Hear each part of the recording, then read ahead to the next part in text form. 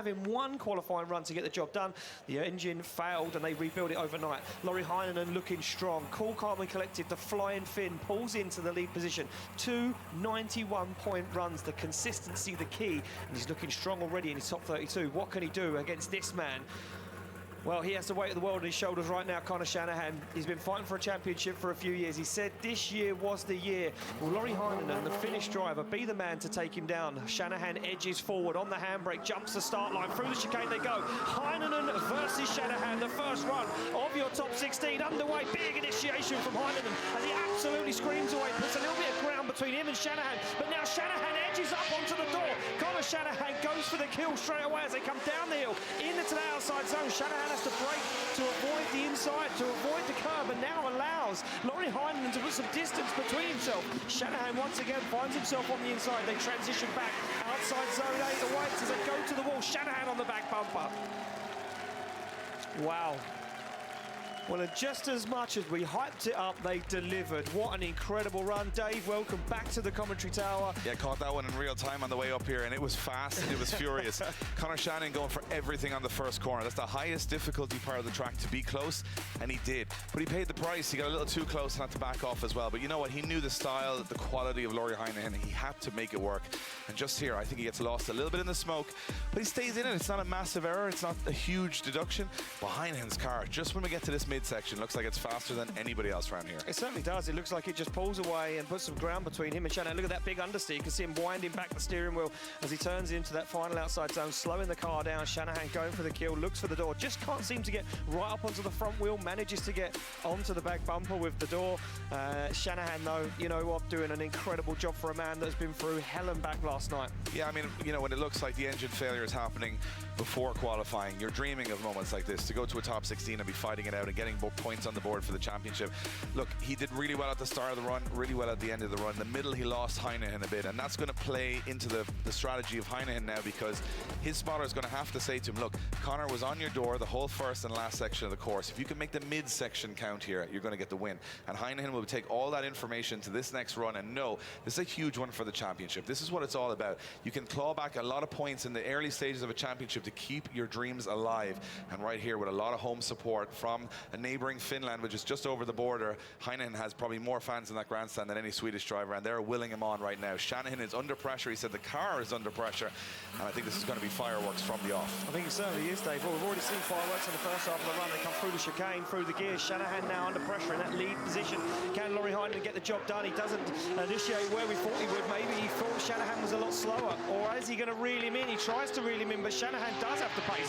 Now starts to accelerate away as LAURI HEINONEN leaves him some room to manoeuvre, doesn't get up close and personal onto the door.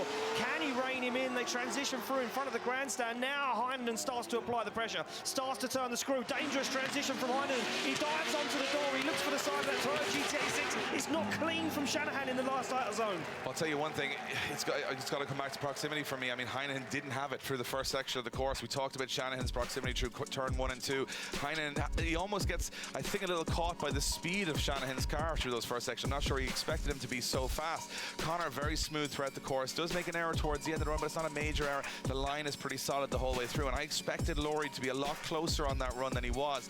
And as you can see, at this point, Shanahan's on throttle. Heinonen has to wait. He's on the inside line, and he makes a big dive here, Heinonen. Watch this, on the inside. This is good proximity, but he goes on big angle. It slows him a little bit for the transition. It's going to be really in the balance with the judges here. As far as I can tell, two exceptional drivers putting in exceptional runs, and we haven't had a whole lot of that this event so far. What I wanted to see was a good, clean fight between these two guys, and that's what we got. Yeah, we certainly did, Dave. We did get a clean fight. No messing around. Both cars performing 100%. Look at this. Shanahan takes a little glance over. He can see LAURI HEINONEN right there on the rear bumper across the line. Yeah, I think the judges are going to look at Shanahan's first corner in the first run in the chase position. That's the most difficult part of the track, to be close. Yeah. And he was close all the way down. He lost him a little in the middle, but was it, if you played it side by side, I think Heinonen was probably a similar distance back. So more proximity from Shanahan. Heinonen doing a great job either way. It's going to be a close decision no matter which way this one goes. And it's going to be very big ramifications for the rest of the year, I think, in the championship as well. And the judges are having a good deliberation on this one, making sure the right call is made. And it looks like we're going to get a result very, very soon of who who is going to go through to the Grade 8. Laurie Heinonen trying to continue his form from round 1. Shanahan trying to find some form this year after what he said was an uncharacteristic, sketchy first round. He had an engine failure before qualifying, and he just did one qualifying run, and will he go to the top 8? The stories are building here either way.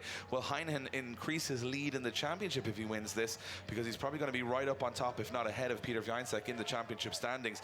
And this is a big decision for the championship. We might be remembering this one right down the road when we get to the PGA Narodowe in Poland at the end of the season. So very nervous times for Conor Shanahan and Laurie Heinonen as they wait for this decision to drop in. Both will be happy they put their best foot forward there. They did a great performance. There's no losers in this one for me when it comes to ability, but it's got to be, look at this, Shanahan really close through that first 2 corners. And does a great job of staying behind it, but is Heinen's lead run a little bit better? Maybe it is a little bit better now that I look back at it. 2 exceptional lead runs either way, and Shanahan loses a lot of ground in this middle area, making some mistakes, and he gets back on it at the end. But Heinonen doesn't have it at the start of the run, so that's probably what the little bit of deliberation is going to go into of the difficulty zones of this track and who they think has got the most amount of proximity. Of course, we'll be able to hear from them after the decision, which is a great part of drifting, that you get to actually hear the decision made and then the explanation. But they're not too sure. They're having a little discussion amongst themselves here, Ian, about who they think is going through. It's for a spot in the top 8. Will it be Shanahan? Will it be Heinonen? And it's going to be Laurie Heinonen getting the win. Heinonen gets the win. And that is a huge statement from Heinonen. Beating Conor Shanahan is a massive, massive statement. And Heinonen, I'm just going to quickly go back to you, Kevin, just very quickly. A tough battle to decide from where we're sitting.